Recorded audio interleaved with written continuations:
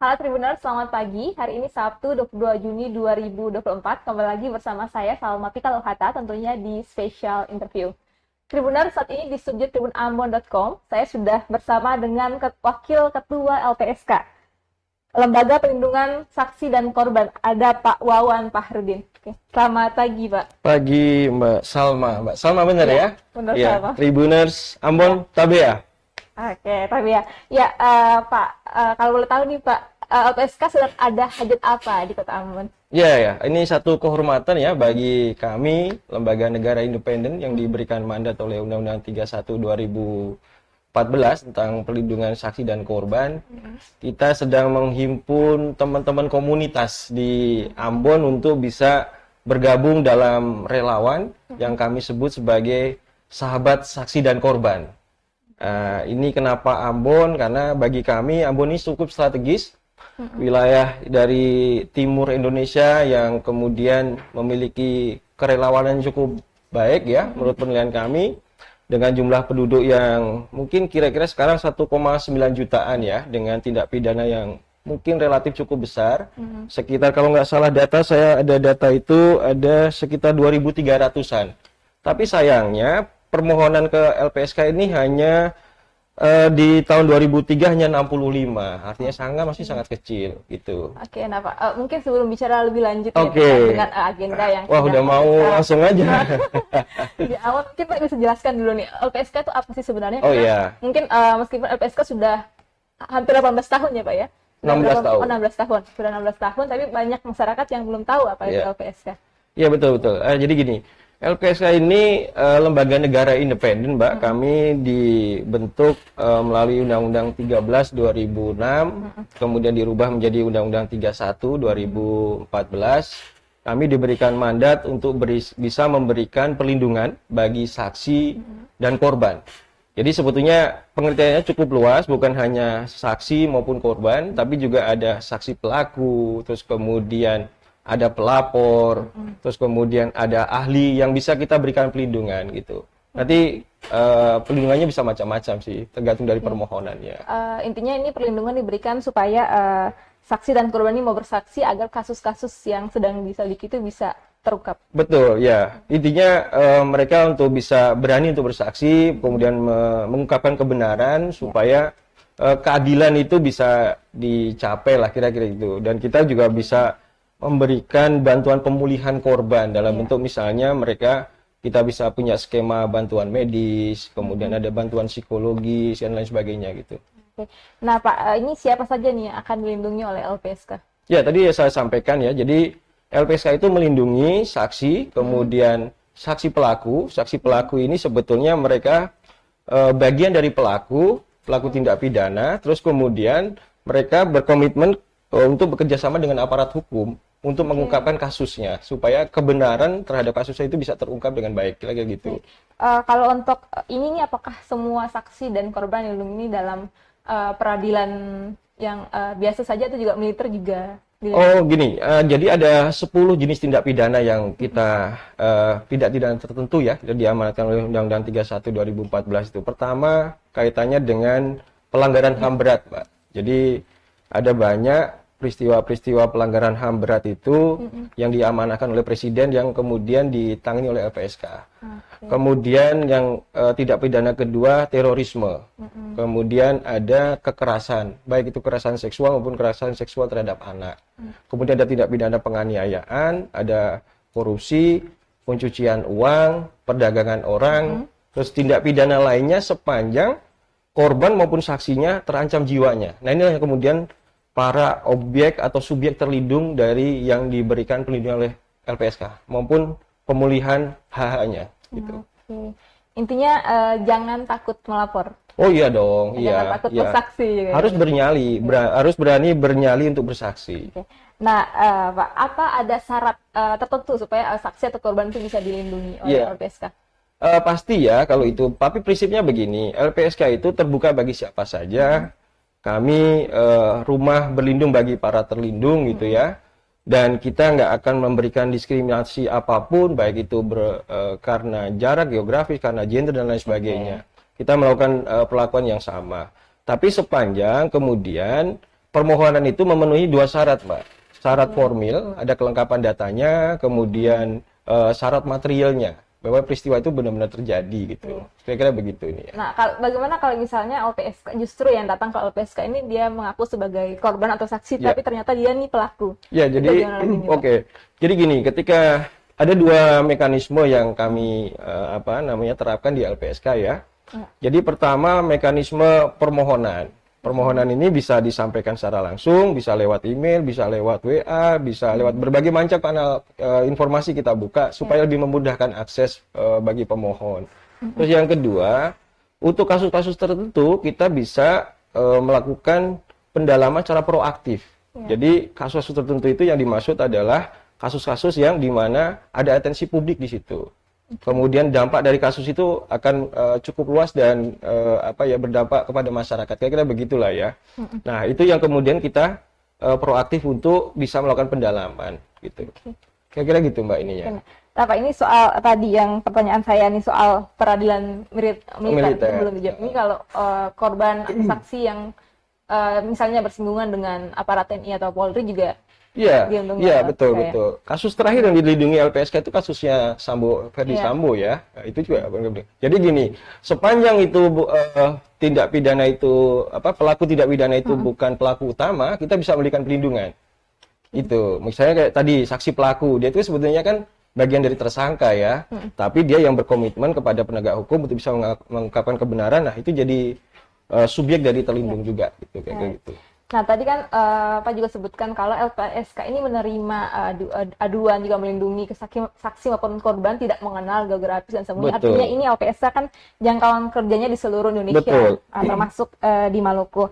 Nah, kalau tadi juga sudah sebutkan di awal kalau permohonan perlindungan yang masuk ke LPSK juga sedikit, pada tahun 2023 cuma sedikit sekali dibandingkan dengan kasusnya. Yang ada.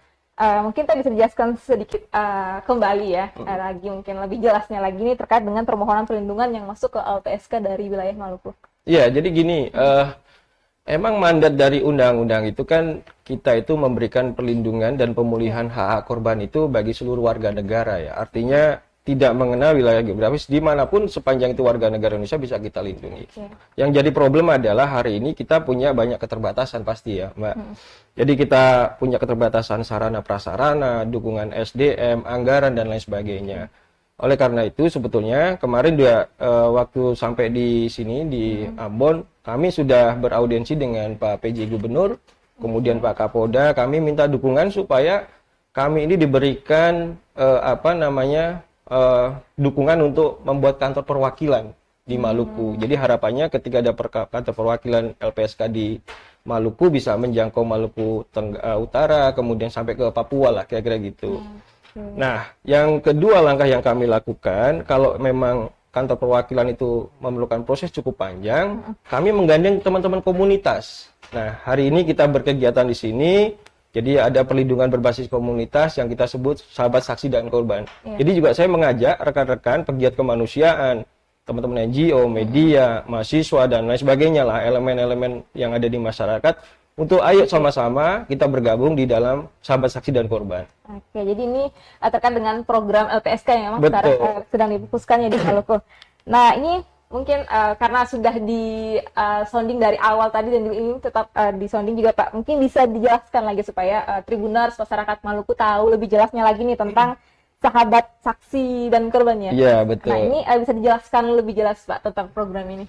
Iya, jadi sahabat saksi dan korban ini sebetulnya pada prinsipnya mendekatkan LPSK lebih kepada publik ya, kepada masyarakat. Kita pengen menggandeng komunitas seluas-luasnya agar jangkauan layanan LPSK itu bisa dinikmati oleh seluruh warga negara. Nah, satu kata kunci dari sahabat saksi dan korban itu adalah kita ingin mendorong partisipasi publik. Pada intinya kan sebetulnya dengan beban berat yang dimandatkan oleh undang-undang, kita nggak bisa bekerja sendiri. Oleh karena itu, komunitas ini menjadi kunci. Teman-teman ini bisa bergabung dengan kami menjadi sahabat saksi dan korban. Fungsinya apa teman-teman ini? Kita sama-sama kemudian memberikan informasi. Apa sih hak-hak saksi dan korban gitu ya ketika mereka berperkara terhadap hukum gitu ya. mereka bisa mendapatkan pendampingan hukum. Oke, terus kemudian mereka bisa mendapatkan hak prosedural. Terus mereka bisa mendapatkan pengamanan dan pengawalan kalau misalnya mereka terancam jiwanya gitu. Atau bantuan-bantuan yang lain. Tadi yang saya sebutkan, kita punya bantuan medis, terus kemudian kita punya bantuan psikologis, bahkan punya bantuan psikososial, Mbak. Nah, psikososial ini menarik menurut saya, karena psikososial ini sebetulnya bantuan dalam bentuk natura yang diberikan kepada korban yang untuk bisa memulihkan keadaannya seperti semula gitu. Misalnya dia dia yang tadinya punya toko, terus kemudian dia meminta permohonan untuk menambah modal untuk belanja di tokonya, misalnya kayak gitu-gitu lah. Oke, jadi intinya sahabat saksi dan korban ini yang nanti menjadi perpanjangan tangan dari LPSK supaya bisa membantu para saksi dan korban yang ada di Maluku. Nah, kita kembali lagi tadi, Pak. Tadi untuk kan mas permohonannya sedikit nih, Pak, yang dari ke LPSK dari Maluku. Kalau yang permohonan yang untuk ini saja nih, Pak, yang paling banyak itu meminta perlindungan untuk kasus-kasus apa, Pak? Iya. Jadi yang di Maluku itu paling besar masih PHB ya, pelanggaran HAM berat. Oh iya, tadi ya saya lupa sampaikan. Sahabat saksi korban ini inovasi program yang sudah menjadi prioritas nasional, Mbak. Iya, jadi ini salah satu tolok ukur keberhasilan kinerjanya LPSK di mata publik lah kira-kira gitu. Nah, kembali tadi pertanyaannya, kasus apa yang paling besar? Yang kami ada data itu di kami sekarang ini paling besar di Maluku pada umumnya itu masih pelanggaran HAM berat. PHB ya. PHB itu lebih banyak di Pulau Buru. Seingat saya ada 44 lah ya. Yang masih kita tangani. Kalau kasus yang sekarang ini existing yang paling banyak itu kekerasan seksual. Kekerasan seksual itu juga banyak sekali di sini. Gitu. Oke. Nah, itu kenapa memang nanti ada pendampingan langsung ya dari LPSK. Betul. Psikologisnya juga. Iya. Nah, artinya ini ada LPSK juga punya PR besar nih ke sahabat saksi dan korban. Apakah nanti juga ada pelatihan-pelatihan tertentu yang diberikan kepada sahabat saksi? Oh iya dong. Iya. Sekarang kan kita akan bekali mereka dengan pelatihan, terus kemudian nanti kita kukuhkan, kemudian kita selalu ada bimbingan teknis untuk mereka gitu ya. Kemudian saling ketemu antara sahabat saksi di korban di daerah-daerah satu sama yang lain. Jadi sekarang ini sudah ada 970 Mbak, sahabat saksi di korban seluruh Indonesia. Seluruh Indonesia. Ada 10 provinsi kita sudah punya. Kalau di Maluku ini kan baru mau mulai pembentukan. Iya. Nah, kemarin sempat ke Unpati. Ya. Apakah nanti untuk sahabat saksi dan korban ini memang merekrut para mahasiswa-mahasiswa? Iya, satu elemen pasti itu. Mahasiswa ini kan golongan terdidik ya, cendekia gitu ya. Kita juga harapannya mereka bisa tergabung misalnya dalam Satgas TPKS ya, tindak pidana kekerasan seksual yang ada di kampus gitu, atau menyebarluaskan informasi terkait dengan hak asasi korban di publik itu. Itu Mbak, saya kira. Nah, kalau ini nih, Pak, apa sih nilai lebih yang diperoleh jika kita menjadi bagian dari sahabat saksi dan korban ini? Tentu nilai lebihnya ini ibadah ya, sama ya. Jadi kalau pasti bukan dalam tolok ukur finansial ya. Ini bagian dari kinerja yang sifatnya gotong royong, terus kemudian didasari oleh rasa kemanusiaan gitu ya. Pasti nilai lebihnya pasti akan memperkuat jaringan, terus kemudian bisa menambah relasi, jaringan, terus kemudian ya pasti itu ibadah tadi itu yang paling banyak. Dan sebetulnya selain Maluku ada 3 atau 4 lagi ya nanti di tahun 2024 ini mau kita bentuk. Pertama itu nanti setelah Maluku insya Allah kita mau ke NTB, kemudian Bali, Kalimantan Timur, dan mungkin terakhir di Sumatera Selatan. Oke. Rencananya akan berapa lama nih Pak di Maluku? Oh, sampai hari ini aja. Oke. Tapi ini berarti sudah mulai proses perekrutan, nanti mereka sudah mulai. Iya, nanti sore kita ada sarasehan untuk ke teman-teman ini ya. Kita akan menjelaskan apa sih sebenarnya fungsinya mereka, targetnya, terus kemudian kerja-kerja nanti ke depan seperti apa nanti gitu lah. Oke. Nah, Pak. Tapi kita bikin sehefan mungkin, Mbak. Iya. Oke, supaya memang yang mereka lebih tertarik lah gitu.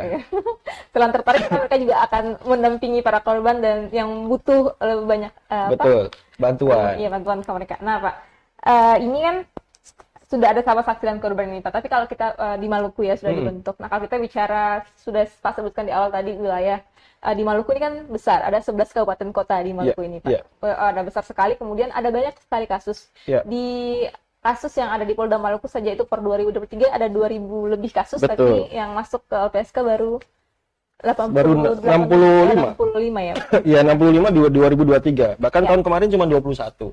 Cuma 21 tahun. Iya, Jadi memang adanya program ini biar bisa manfaatnya paling banyak sekali ke saksi dan korban supaya tidak takut untuk bersaksi. gitu. Iya. Nah, Pak, sebelum mungkin lanjut lagi ya, Pak, saya kalau Pak sendiri selama menangani kasus, Iya. selama mendampingi para korban dan juga saksi, pernah Pak diancam?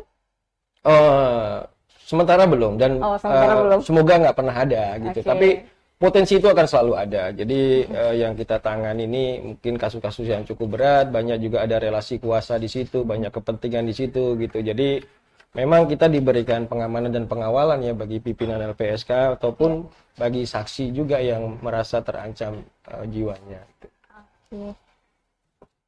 Oke. Nah, Pak, tadi mungkin saya juga kembali lagi ke awal yang mungkin nih ya, Pak. Tadi Pak ada sebutkan kalau yang paling tinggi nih di Maluku itu adalah kasus kekerasan seksual. Betul. Nah, seberapa tinggi sih Pak kasus kekerasan tindak seksual kalau yang diterima oleh LPSK? Iya, jadi kalau kita lihatin data ya, Mbak, jadi saya perlu menyampaikan ke teman-teman semua biar kita juga bisa paham bagaimana mekanisme pengambilan keputusan di dalam LPSK. Jadi LPSK itu punya 7 pimpinan, satu diantaranya saya gitu ya. Jadi tiap hari Senin dan Selasa kami ada yang namanya mekanisme sidang mahkamah pimpinan lembaga. Nah, sidang mahkamah pimpinan lembaga ini bekerja untuk bisa menentukan mana-mana permohonan itu dari sekian banyak itu yang bisa disetujui apa tidak gitu. Nah, bagaimana kemudian permohonan ini bisa muncul? Jadi ketika ada permohonan, kemudian ada tenaga ahli dan case manager dan dukungan teman-teman ASN itu, mereka turun ke lapangan. Turun ke lapangan untuk melakukan investigasi, pengumpulan informasi, dan lain sebagainya lah ya. Nah, setelah itu kemudian mereka bikin risalah dan disampaikan di depan pimpinan. Nah, kamilah akan menentukan apakah permohonan ini layak dilindungi apa tidak gitu. Nah, jadi dari permohonan itu setiap minggu kita sidang 2 kali, hari Senin dan Selasa. Hampir rata-rata itu di atas 40, Mbak. Jadi kalau kita hitung 40, seminggu 2 kali artinya kan 80 ya, 80 kali 4, kira-kira 260-an lah dalam 1 bulan. Nah, yang paling tinggi itu pertama adalah, kalau tahun kemarin itu tindak pidana pencucian uang. Karena di situ ada investasi bodong, terus kemudian robot trading, itu yang paling besar. Jadi jumlah kasus tahun 2023 kemarin itu sebesar 7.645 kasus. Emang sedikit menurun dari 2022, kita ada 7.777 ya. Tapi ini masih jadi warning bagi kami. Pertama, dari tingkat tindak pidana itu kan cukup besar ya. Kalau secara nasional ada 372 ribuan lah ya. Artinya kan hanya sekitar 2% lah yang bisa ditangani LPSK. Sangat-sangat kecil gitu. Dan tindak pidana yang kedua yang terbesar setelah tindak pidana pencucian uang itu kekerasan seksual itu. Di seluruh Indonesia itu paling banyak kekerasan seksual. Terus yang ketiga yang paling besar adalah tindak pidana perdagangan orang. Ini juga angkanya cukup besar. 3 inilah yang menjadi atensi bagi kami. Iya. Memang kalau mau dibilang di Maluku juga termasuk banyak sekali kasus pelecehan seksual, kemudian kasus perdagangan orang juga ada banyak. Iya. Tahun ini saja kalau mau dibilang ya, kita Tribun Ambon hampir setiap hari pasti ada berita kekerasan seksual. Iya. Dan paling banyak itu pelakunya justru adalah keluarga terdekat, entah itu ayah kandung, kakek kandung dan sebagainya. Guru di pesantren, di sekolahan, gitu-gitulah kira-kira.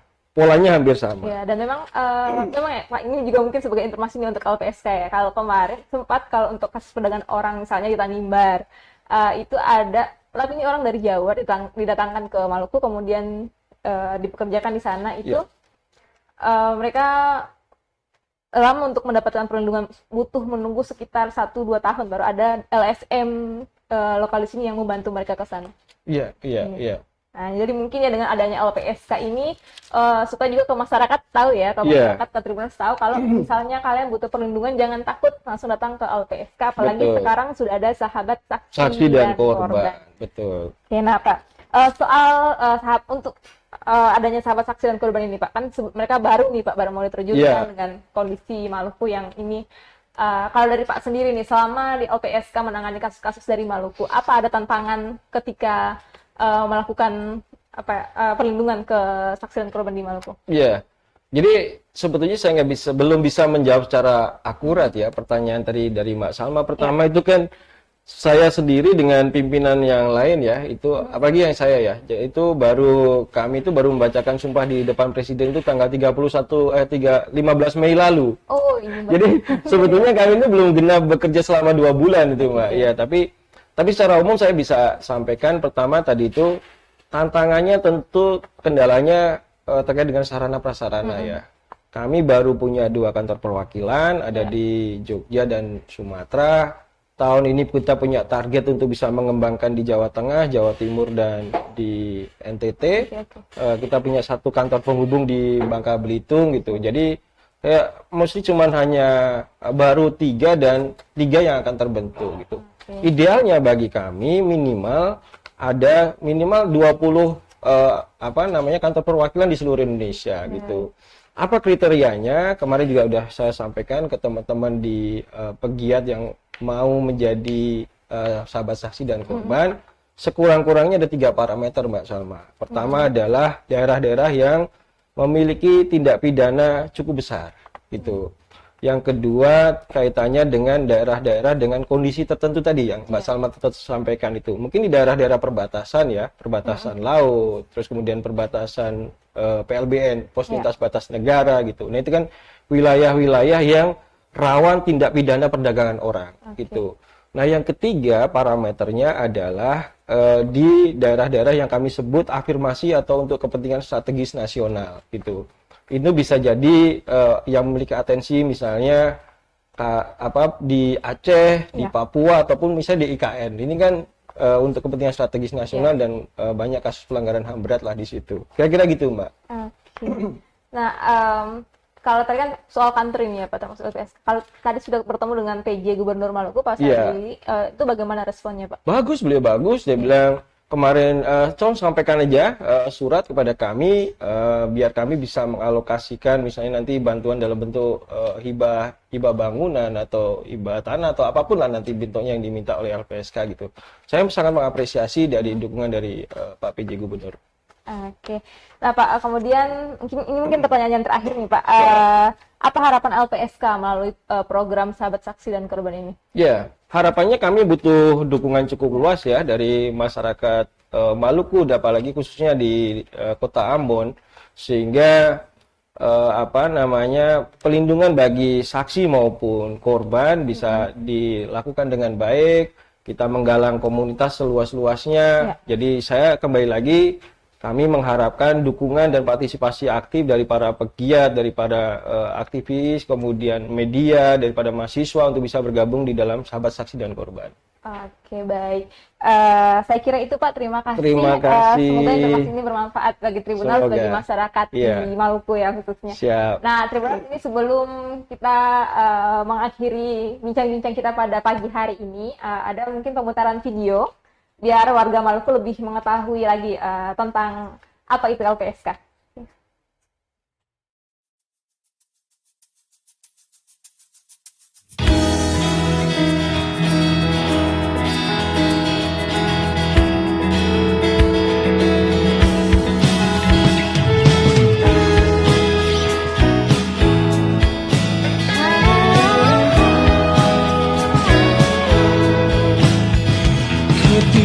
Jalan keadilan tak dalam genggaman, tak dekat dan tak mudah digapai.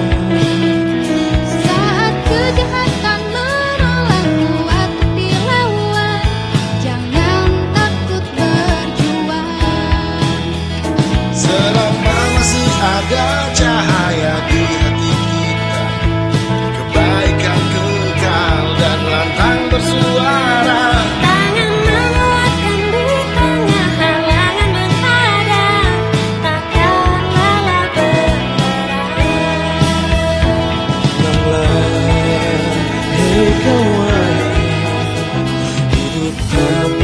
Setelah ini harapan kan datang, sahabat saksi korban, jembatan keadilan.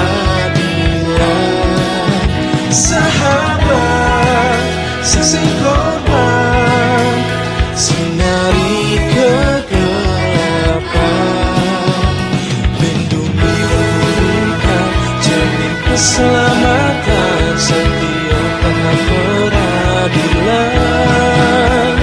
Beri kesaksian, hapus kekhawatiran, ada sahabat saksi dan korban.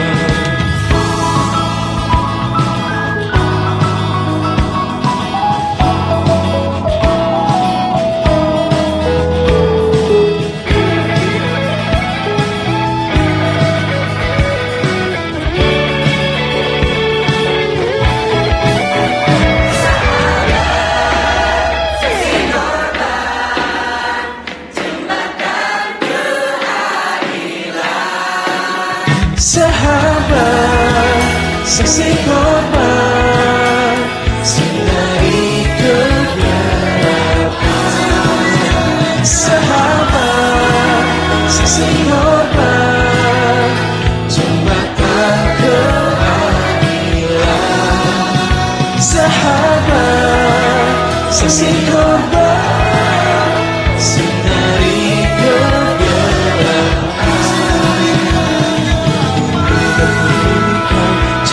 Keselamatan, setia tahap peradilan. Kesaksian, hapus kekhawatiran, ada sahabat saksi dan korban.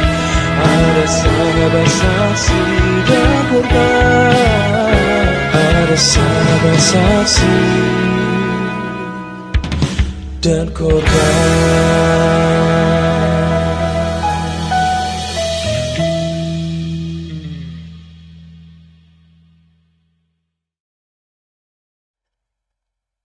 Oke Tribuners, jadi itulah tadi perbincangan kita dengan Wakil Ketua LPSK. Jadi untuk Tribuners dan juga masyarakat Maluku, jika ketika punya kasus atau menjadi korban dari suatu kejahatan, mungkin itu sudah tidak perlu takut lagi untuk melapor karena sudah ada LPSK, juga ada perpanjangan tangan LPSK juga ada di Maluku, itu melalui sahabat saksi dan korban. Juga kalian bisa langsung menghubungi nomor WhatsApp-nya LPSK, itu bisa di 0857 7001 0048. Oke, sekian Tribuners, semoga informasi hari ini bermanfaat. Terima kasih dan Amato, Nyong, dan Nona, jangan lupa ikut sahabat Iya. saksi dan korban. oke, makasih Pak. Terima kasih. Download Tribun X sekarang. Menghadirkan lokal menjadi Indonesia.